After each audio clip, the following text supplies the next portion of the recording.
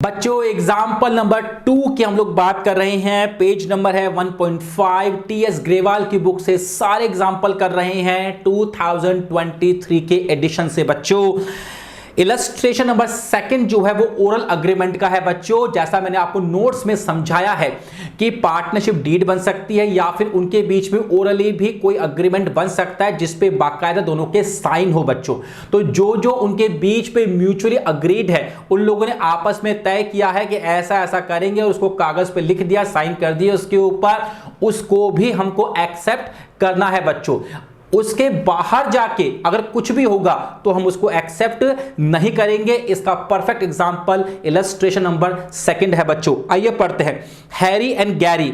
बच्चों हमारे पास में है ना दो पार्टनर है, एक हमारे पास में हैरी है, दूसरा हमारे पास में गैरी है।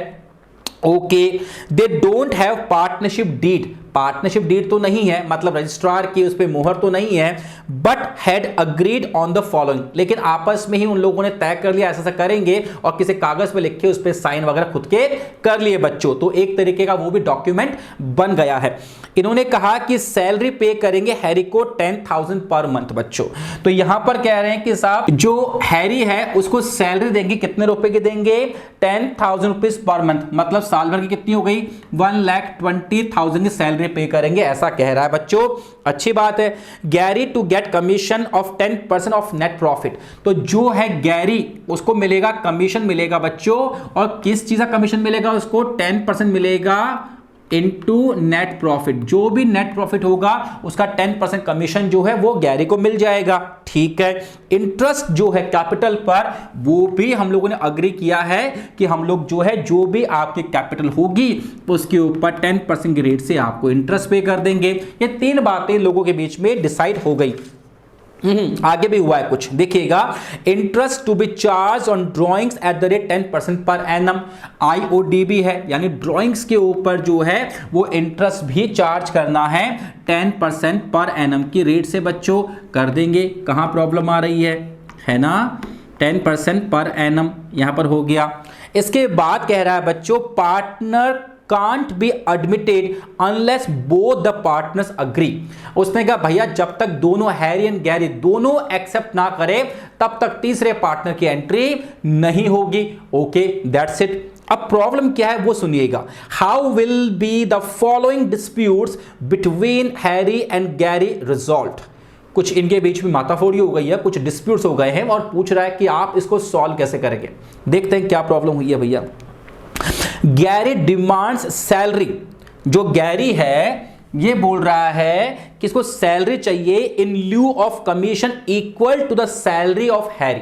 अच्छा, ये गैरी बोल रहा है भाई मुझे है ना ये प्रॉफिट का कमीशन नहीं चाहिए। जितनी सैलरी मिल रही है हैरी को 1,20,000 रुपीज की साल भर की, मुझे भी इतनी सैलरी चाहिए।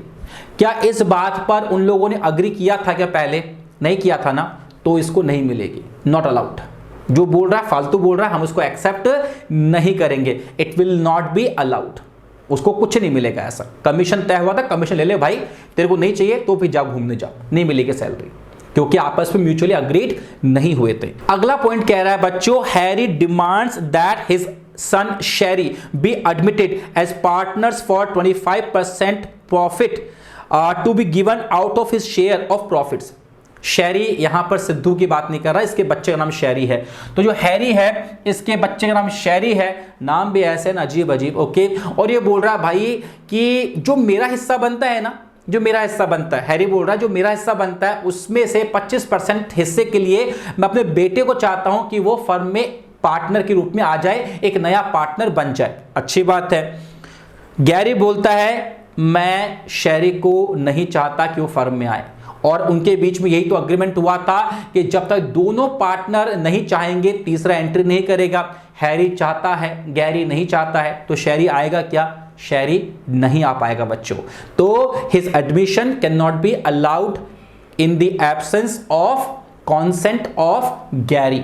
कि गैरी की सहमति के बगैर जो है हम उसको एंट्री नहीं दे सकते। दैट्स इट, इतना सा एग्जांपल था आपका ये। राइट बच्चों, आई बिलीव कि आपको ये समझ में आ गया। बच्चों अगर आपको एग्जांपल समझ में आ गया तो चैनल को लाइक कर देना, सब्सक्राइब कर देना और शेयर जरूर से कर दीजिएगा बच्चों, ताकि डेली बेसिस पे जो है आपको किसी भी कोचिंग या किसी भी इंस्टीट्यूट की रिक्वायरमेंट ना पड़े बच्चों, और यही क्लास जो है आपके लिए सारी प्रॉब्लम्स का सॉल्यूशन कर दे बच्चों। मिलते हैं अगले एग्जांपल के साथ बच्चों।